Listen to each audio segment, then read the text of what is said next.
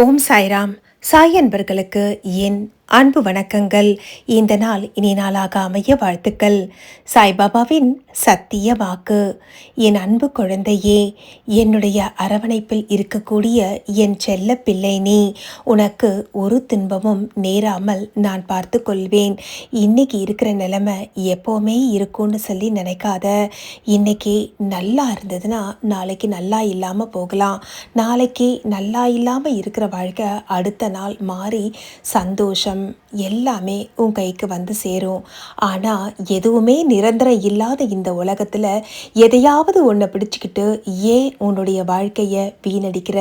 இறைவனால் உன்னை படைக்கப்பட்ட அந்த நாள்லேயே உனக்கு எது தேவை எது தேவையில்லைங்கிறது கடவுளால் தீர்மானிக்கப்பட்டு விட்டது. இன்னைக்கு நீ கஷ்டப்படுறனாலும் நாளைக்கு நீ சுகப்பட போகிற அப்படிங்கிறதும் ஏற்கனவே கடவுளால் தீர்மானிக்கப்பட்டது அப்படிங்கிற உண்மையை மட்டும் நீ புரிஞ்சுக்கிட்டா போதும். சந்தோஷமாக இருந்தாலும் சரி, துக்கமாக இருந்தாலும் சரி, அது உன்னை பாதிக்காது. எப்போவுமே மனப்பக்குவம் ரொம்பவே முக்கியம். உனக்கு ஒரு சந்தோஷம் வந்துருச்சுன்னா தலைக்கால் புரியாமல் ஆடுறதும், ஒரு சங்கடம் வந்துருச்சுன்னா துவண்டு போகிறதும் எப்போவுமே கூடாது. இந்த மனப்பாங்க நீ வளர்த்துக்கிட்டியானா எந்த ஒரு உயர்ந்த நிலையும் சரி, எந்த ஒரு தாழ்ந்த நிலையும் சரி உன்னை பாதிக்காம நீ வாழ்க்கையை வெகு சுலபமாக கடந்து போக முடியும். அதை விட்டுட்டு நீ எல்லாத்துக்கும் முக்கியத்துவம் கொடுத்துக்கிட்டே இருந்தா எப்படி இருக்கும்? இப்படி தான் இருக்கும். எல்லாத்தையும் பார்த்தா கஷ்டமாக இருக்கும். சமநிலையில் பழகு.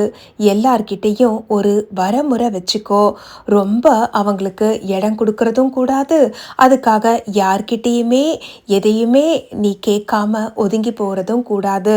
நேரத்துக்கு தகுந்தாற் போல வாழ கத்துக்கோ. உன்னுடைய வாழ்க்கை எப்பவுமே நல்லாவே இருக்கணும் அப்படின்னா எதுலேயுமே ஒரு சுவாரஸ்யம் இல்லாமல் போயிடும் இல்லையா? மேடு பள்ளங்கள் ஏற்ற இறக்கங்கள் இருந்தால் தான் அதில் ஒரு சுவாரஸ்யம் இருக்கும்.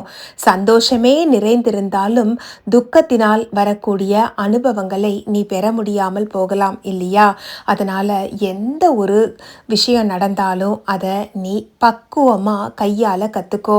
இதைத்தான் நான் உங்களுக்கு எப்பவும் வலியுறுத்துகிறேன். என்னுடைய சாய் சச்சரிதத்தில் நீ படிச்சிருக்க இல்லையா? பக்தர்கள் கிட்ட நான் எப்பவும் இதைத்தான் சொல்லுவேன். எந்த இடத்துலையுமே நான் அப்படிங்கிற அகங்காரத்துக்கு இடம் கொடுக்காத. எல்லாத்துக்கும் காரணம் என் இறைவன் அப்படிங்கிறத நீ உணர்ந்தா போதும். இந்த நான் அப்படிங்கிற அகந்தை உனக்குள் வராது. அதை மட்டும் நீ உனக்குள்ள வரவிடாமல் தடுத்துட்டியானா உன்னுடைய வாழ்க்கை எப்பவும் சமநிலையில் இருக்கும். அதுக்கப்புறம் என்ன? உன் வாழ்க்கை மகிழ்ச்சியாக நிரம்பி இருக்கும். அந்த மகிழ்ச்சியும் கூட உன்னை பெரிதாக பாதிக்காது. எப்போவுமே நீ சமநிலையில் இருந்து உன்னையும் சரி, உன்னை சுற்றி இருப்பவர்களையும் நிம்மதியாக வாழ வைக்கலாம். உன்னுடைய சந்தோஷம், நிம்மதி இது எல்லாத்தையும் வெளியில் தேடாத என் தங்கமே. அதெல்லாம் உனக்குள்ளே தான் இருக்குது.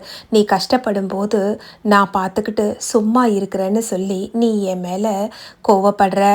நான் உன்னை கஷ்டத்தில் விட்டுட்டு பார்த்துக்கிட்டு சும்மா இருப்பேனா? உனக்கு மேலே உன்னுடைய கஷ்டம் என்னை வருத்துகிறது தான். நான் இல்லைன்னு சொல்லலை. ஆனால் ஒன்றை மட்டும் புரிஞ்சுக்கோ என் தங்கமே. நாம் செய்த வினையினுடைய பயனை அனுபவித்து தான் தீக்கணும். ஆனால் அதை உனக்காக நான் சுலபமாக்கி தருவேன். என்னை நம்பு.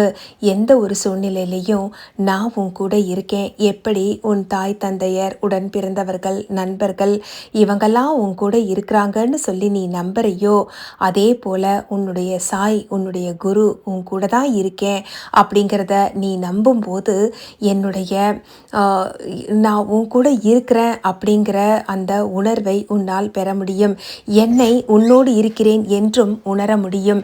எந்த ஒரு சூழ்நிலையிலும் கலங்காதே. நான் உன்னுடன் இருந்து உன்னை நிம்மதியாக சௌக்கியமாக வாழ்வாங்க வாழ வைப்பேன் என்பதில் சிறிதளவும் ஐயம் வேண்டாம். ஓம் ஸ்ரீ சாய்ராம். மற்றும் ஒரு அற்புதமான பதிவோடு உங்கள் அனைவரையும் மீண்டும் சந்திக்கிறேன். நன்றி, வணக்கம். ஓம் சாயி, ஸ்ரீ சாயி, ஜெய ஜெய சாயி.